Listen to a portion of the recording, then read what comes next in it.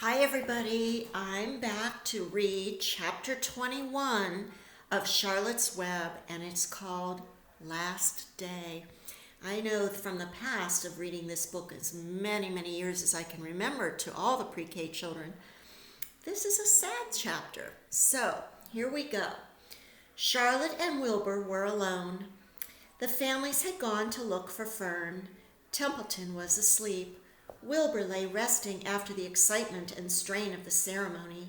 His medal still hung from his neck. By looking out of the corner of his eye, he could see it. "Charlotte," said Wilbur after a while, "why are you so quiet?" "I like to sit still," she said. "I've always been rather quiet." "Yes, but you seem especially quiet today. Do you feel all right?" "A little tired, perhaps, but I feel peaceful. Your success in the ring this morning was, to a small degree, my success. Your future is assured. You will live secure and safe, Wilbur. Nothing can harm you now. These autumn days will shorten and grow cold. The leaves will shake loose from the trees and fall. Christmas will come, then the snow of winter. You will live to enjoy the beauty of the frozen world, for you mean a great deal to the Zuckermans, and he will not harm you, not ever. Winter will pass, the days will lengthen, the ice will melt in the pasture pond. The song sparrow will return and sing, the frogs will awake, the warm wind will blow again. All these sights and sounds and smells will be yours to enjoy, Wilbur, this lovely world, these precious days." Charlotte stopped. A moment later, a tear came to Wilbur's eye. "Oh, Charlotte," he said, "I think that when I first met you, I thought you were cruel and bloodthirsty." When he recovered from his emotion, he spoke again. "Why did you do all this for me?" he asked. "I don't deserve it. I've never done anything for you." "You have been my friend," replied Charlotte. "That in itself is a tremendous thing. I wove my webs for you because I liked you. After all, what's a life anyway? We're born, we live a little while, we die. A spider's life can't help being something of a mess, with all this trapping and eating flies. By helping you, perhaps I was trying to lift up my life a trifle. Heaven knows anyone's life can stand a little of that." "Well," said Wilbur, "I'm no good at making speeches. I haven't got your gift for words, but you have saved me, Charlotte, and I would gladly give my life for you. I really would." "I'm sure you would, and I thank you for your generous sentiments." "Charlotte," said Wilbur, "we're all going home today. The fair is almost over. Won't it be wonderful to be back at home in the barn cellar again, with the sheep and the geese? Aren't you anxious to get home?" For a moment Charlotte said nothing. Then she spoke in a voice so low that Wilbur could hardly hear her words. "I will not be going back to the barn," she said. Wilbur leapt to his feet. "Not going back?" he cried. "Charlotte, what are you talking about?" "I'm done for," she replied. "In a day or two, I'll be dead. I haven't even the strength enough to climb down into the crate. I doubt if I have enough silk in my spinnerets to lower me to the ground."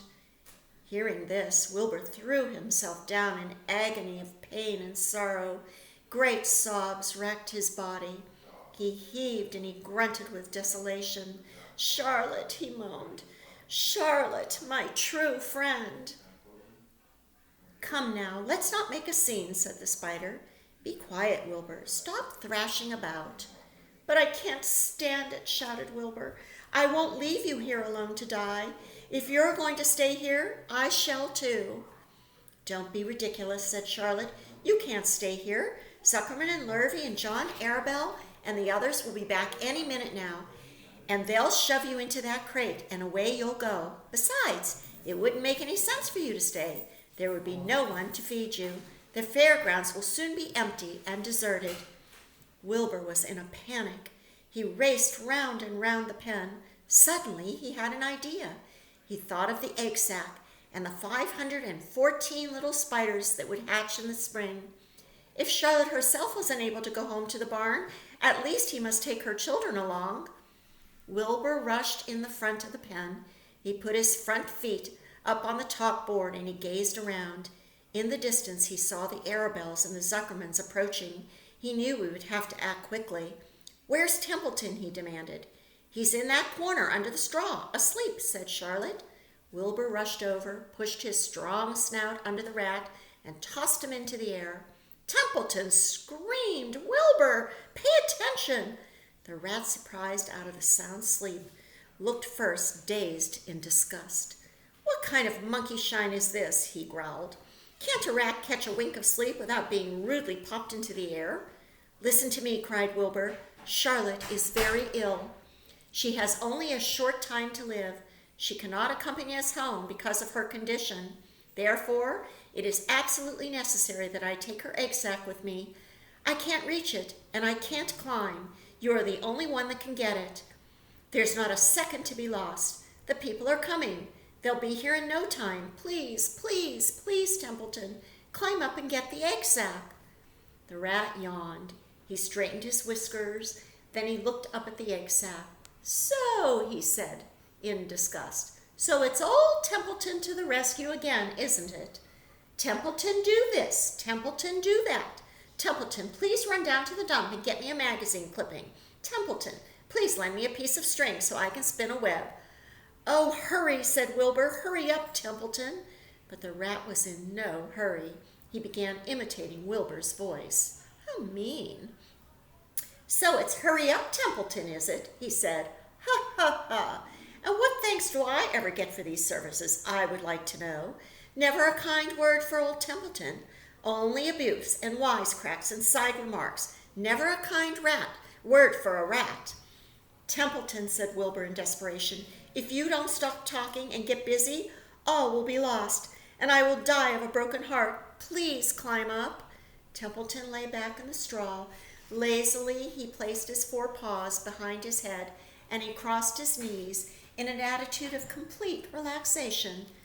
"Die of a broken heart," he mimicked. "How touching. My, I notice that it's always me to come to you when you're in trouble, but I've never heard of anyone's heart breaking on my account. Oh, no, who cares anything about old Templeton?" "Get up," screamed Wilbur. "Stop acting like a spoiled child." Templeton grinned and he laid still. "Who made trip after trip to the dump?" he asked. "Why, it was old Templeton. Who saved Charlotte's life by scaring that Arabelle boy away with the rotten goose egg? Bless my soul, I believe it was old Templeton. Who bit your tail and got you back on your feet this morning after you had fainted in front of the crowd? Old Templeton. Has it ever occurred to you that I'm sick of running errands and doing favors? What do you think I am, anyway, a rat of all works?" Wilbur was desperate. The people were coming, and the rat was failing him. Suddenly he remembered Templeton's fondness for food. "Templeton," he said, "I will make you a solemn promise. Get Charlotte's egg sac for me, and from now on, I will let you eat first. When Lurvy slops me, I will let you have your choice of everything in the trough, and I won't touch a thing until you're through." The rat sat up. "You mean that?" he said. "I promise, cross my heart." "All right, it's a deal," said the rat. He walked to the wall and started to climb. His stomach was still swollen from last night's gorge. Groaning and complaining, he pulled himself slowly to the ceiling. He crept along until he reached the egg sac. Charlotte moved aside for him. She was dying, but she still had enough strength to move just a little. Then Templeton bared his long, ugly teeth and began snipping the threads that fastened the sack to the ceiling. Wilbur watched from below. "Use extreme care," he said. "I don't want a single one of those eggs harmed." Thick, the mouth complained the rat. "It's worth that caramel candy." But Templeton worked away at the job and managed to cut the sack adrift and carry it to the ground, where he dropped it in front of Wilbur. Wilbur heaved a great sigh of relief. "Thank you, Templeton," he said. "I will never forget this as long as I live." "Neither will I," said the rat, picking his teeth. "I feel as though I've eaten a spool of thread. Well, home we go." Templeton crept into the crate and buried himself in the straw. He got out of sight just in time. Lurvy and John Arabelle and Mr. Zuckerman came along at that moment, followed by Mrs. Arabelle and Mrs. Zuckerman and Avery and Fern. Wilbur had already decided how he would carry the egg sack. There was only one way possible. He carefully took the little bundle in his mouth and held it there on top of his tongue. He remembered that Charlotte had told him that the sack was waterproof and strong. It felt funny on his tongue and made him drool just a bit. And of course he couldn't say anything, but as he was being shoved into the crate, he looked up at Charlotte and he gave her a wink. She knew he was saying goodbye in his only way he could, and she knew her children were safe. "Goodbye," she whispered. Then she summoned all her strength and waved one of her front legs at him. She never moved again. Next day, as the Ferris wheel was being taken apart and the racehorses were being loaded into the vans and the entertainers were packing up their belongings and driving away in their trailers, Charlotte died. The fairgrounds were soon deserted. The sheds and buildings were empty and forlorn. The infield was littered with bottles and trash. Nobody of the hundreds of people that had visited the fair knew that a gray spider had played the most important role of all. No one was with her when she died. It's a very, very sad chapter, isn't it? Let's look at the pictures. There's Templeton. He crawls way up to the top of the rafters, and he's going to get the egg sack in his mouth and bring it down to the crate.